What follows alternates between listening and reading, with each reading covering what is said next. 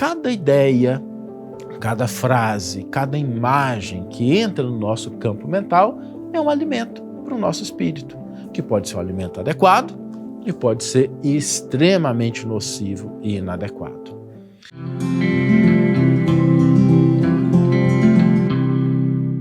Olá, meus amigos, olá, minhas amigas, sejam todos muito bem-vindos ao programa Reflexões com Emmanuel.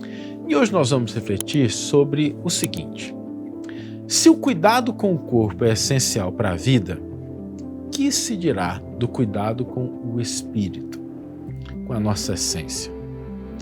Cuidar do corpo é fundamental, não é? Experimenta ficar uma semana sem tomar banho, não cuidar da sua alimentação, não dormir adequadamente, não fazer os exercícios adequados. Vai dar ruim, não vai? O problema vai aparecer. Às vezes, como um problema de saúde, uma diminuição da nossa produtividade, da nossa capacidade de performar nas atividades da vida. Ou seja, cuidar do corpo é fundamental. Agora, cuidar do espírito também é fundamental. E nós precisamos aprender a cuidar do nosso espírito. Semelhante ao cuidado que a gente tem com o corpo, a gente também deve tomar cuidado, a gente deve zelar pelo nosso espírito. Como assim, Saulo? Como é que a gente cuida do nosso espírito? Vamos fazer uma analogia? A gente, para que tenha um corpo saudável, a gente precisa nutri-lo adequadamente, não é? Se a gente se alimenta de alimentos estragados, fora da data de validade, inadequados para o nosso consumo, os resultados vão aparecer e eles não são positivos. Da mesma forma, a gente tem que se preocupar com o que nós estamos alimentando o nosso espírito.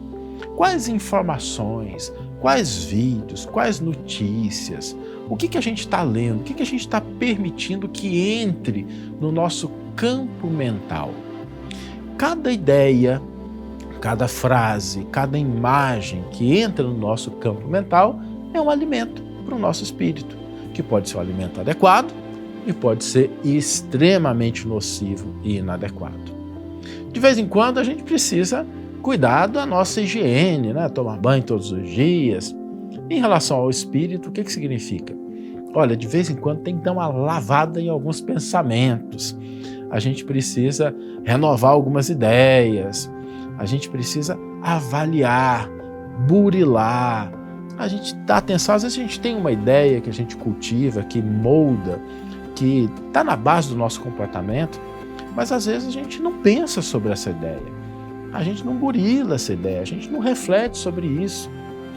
E às vezes é uma ideia que pode se traduzir numa crença limitante, em alguma coisa que nos limita, alguma coisa que nos aprisiona. E quando a gente para pensar um pouquinho mais detidamente, com mais seriedade, a gente percebe que aquilo é só um pouco de sujidade na nossa casa mental.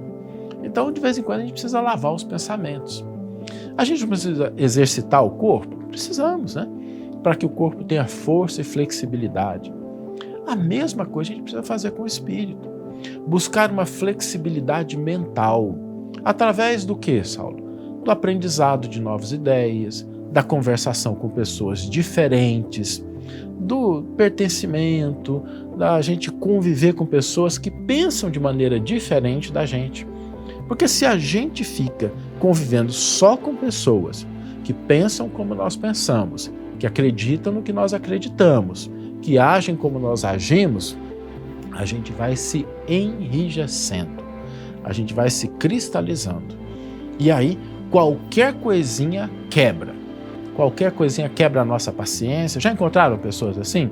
Que elas são tão bitoladas, tão apegadas às próprias ideias, à própria maneira de ver o mundo, que a mais simples menção de algo diferente já é para elas uma ameaça tão grande que elas chegam a se enervar, a ficar vermelho de raiva, às vezes sem motivo, né? É uma opinião um pouco diferente, mas aquilo para elas tem um efeito muito grande. Por quê? Porque essas pessoas cultivaram durante muito tempo essa inflexibilidade, essa rigidez mental. Por isso a gente precisa cultivar, a gente precisa praticar essa flexibilidade. Isso se dá através da nossa exposição honesta e sincera a coisas diferentes. A gente não precisa abrir mão do que a gente pensa, abrir mão dos nossos valores. Não é isso, mas conhecer coisas diferentes. Porque, gente, venhamos e convenhamos, a realidade não cabe dentro da nossa cabecinha. Por mais que a gente tenha uma pessoa que seja extremamente sábia, uma pessoa que estude muito, essa pessoa não tem condição de abarcar toda a realidade. O que significa que há uma limitação do nosso cérebro.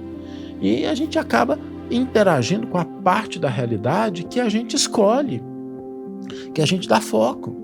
Se a gente fica só naquela, a gente fica enrijecido. A gente precisa de vez em quando mudar o foco. Vamos olhar sobre outra perspectiva? Vamos escutar uma coisa diferente? Isso confere flexibilidade mental e isso dá força para o nosso espírito. E a gente não pode ignorar que existem verdadeiros micróbios intangíveis que podem corroer e prejudicar não a nossa saúde física, mas a nossa saúde mental, a nossa saúde espiritual, o nosso bem-estar psíquico.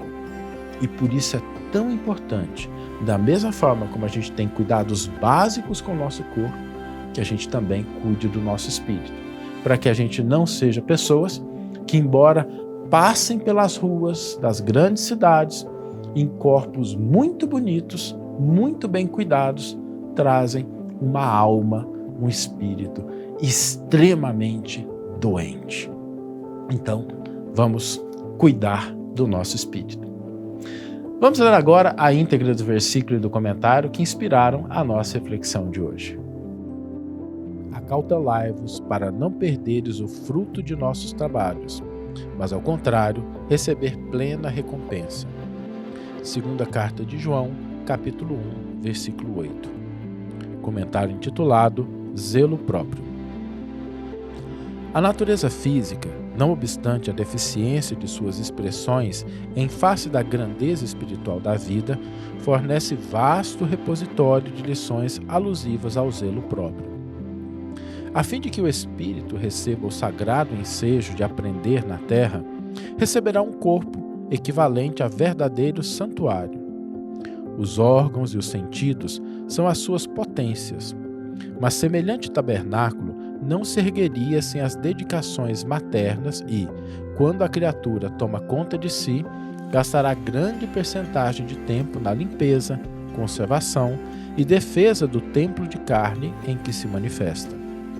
Precisará cuidar da epiderme, da boca, dos olhos, das mãos, dos ouvidos. O que acontecerá se algum departamento do corpo for esquecido? Excrescências e sujidades trarão veneno à vida. Se o quadro fisiológico, passageiro e mortal, exige tudo isso, que não requer de nossa dedicação o espírito com seus valores eternos? Se já recebeste alguma luz, desvela-te em não perdê-la. Intensifica-a em ti. Lava os teus pensamentos em esforço diário nas fontes do Cristo. Corrige os teus sentimentos, renova as aspirações, colocando-as na direção de mais alto. Não te cristalizes. Movimenta-te no trabalho do zelo próprio, pois há micróbios intangíveis que podem atacar a alma e paralisá-la durante séculos. Uma página de suma importância em que Emmanuel nos lembra dessa outra dimensão do cuidado que nós precisamos ter conosco mesmo. E o desafio para a gente hoje não poderia ser outro, né? Vamos cuidar do espírito. Como? Eleja uma daquelas coisas. Está precisando dar uma lavadinha em alguns pensamentos? Está precisando exercitar a flexibilidade mental? Está precisando abandonar alguns micróbios, algumas ideias negativas? Aprender uma coisa nova? Vamos utilizar o dia de hoje para cuidar do nosso espírito. Que tenhamos todos uma excelente manhã, ou uma excelente tarde, ou uma excelente noite, e que possamos nos encontrar no próximo episódio. Um grande abraço e até lá.